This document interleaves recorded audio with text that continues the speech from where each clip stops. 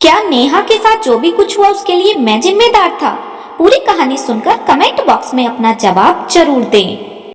मैं और सौरभ नशे में चूर क्लब के बाहर निकले। गाड़ी में बैठते ही सौरभ ने कहा, 4 दिन की जिंदगी है, जी भर के ना जी तो बेकार है।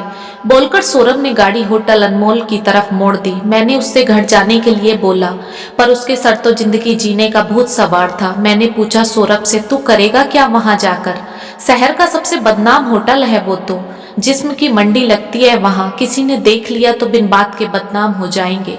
सौरभ ने मुस्कुराकर कहा, बिन बात के नहीं मेरे दोस्त, आज तो कुछ बड़ी बात होगी। अनमोल होटल पहुंचते ही सौरभ ने किसी से फोन पर बात की। चल काम बन गया। मैंने बहुत सिकुड़ते हुए उसे देखा और वो मेरा हाथ पकड़कर सीधा कमरे में आ गया। कमरे में आते ही सौरभ ने कपड़े उतारकर इधर उधर फेंक दिए और नशे में नाचने लगा। उसकी टांगे इधर उधर गिर रही थी।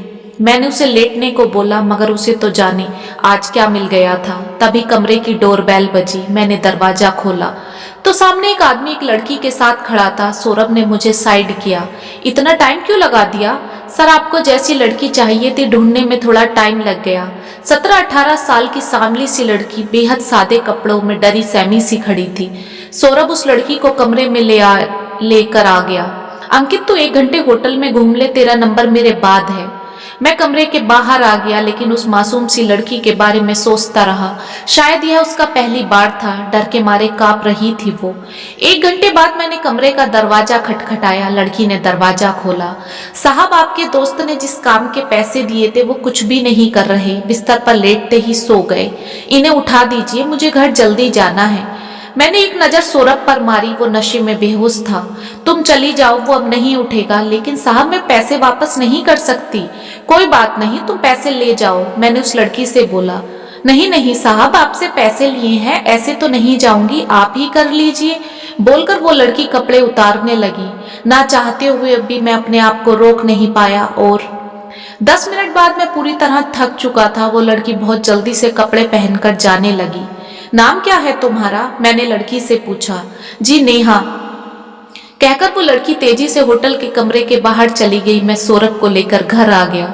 6 महीने बाद मैंने नेहा को एक ऑटो में देखा। मैंने गाड़ी उसके ऑटो के पीछे लगा दी। मैं नेहा से बात करना चाहता था। उसका चेहरा पीला पड़ चुका था। वो एक हड्डियों का ढांचा बन चुकी थी।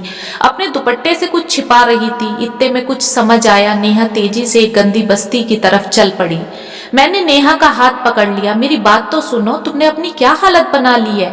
और ये क्या, तुम इतनी सी उम्र में पेट से हो? नेहा की आंखों से मोटे मोटे आंसू लुढ़क कर उसके चेहरे पर आ गए। साहब, आपसे पैसे लेकर अपने भाई को थाने से छुड़ाया था मैंने। थोड़े दिन बाद पता चला मैं पेट से हूँ। डॉक्टर को दिखाया तो उसने बच्चा गिराने से मना कर दिया। टाइम ज्यादा हो गया था। मोहल्ले वाले मुझे धंधे वाली कहते हैं और मेरा भाई मुझे रोज मारता है। कहता है मैंने उसकी नाक कटवा दी। मतलब ये बच्चा मेरा है? हाँ साहब, पर इसमें आपकी कुछ भी गलती नहीं। मैं इसे आपके सर नहीं थोपना चाहती। कहकर नेहा उस गंदी सी बस्ती में चली गई। घर आकर मैं पूरी रात सो नहीं पाया। कुछ भी है, पर उसकी इस हालत का जिम्मेदार मैं ही हूँ। मैंने उससे शादी करने का मन बना लिया। अगले दिन मैं नेहा के भाई से शादी की बात करने उसकी बस्ती में गया। बस्ती में लोगों की भीड़ जमा थी। भीड़ साइड करके मैंने देखा, नेहा की डेड बॉडी जमीन पर पड़ी है। उसके भाई ने उसे गला दबाकर मार दिया था। उसकी खुली आंखें मानो मेरा इंतजार कर रही हूँ। तभी पुलिस की गाड़ी का सायरन बजा। मैं चुपचाप घर आ गया, लेकिन चीख चीख कर रोने के सिवा कुछ भी नेहा के लिए नहीं कर पाया। क्या सच में नेहा की हालत का जिम्मेदार मैं हूँ? अपनी राय कमेंट बॉक्स में जरूर दें। ऐसे ही मनोरंजक कहानियां सुनने के लिए मेरे चैनल को सब्सक्राइब करें।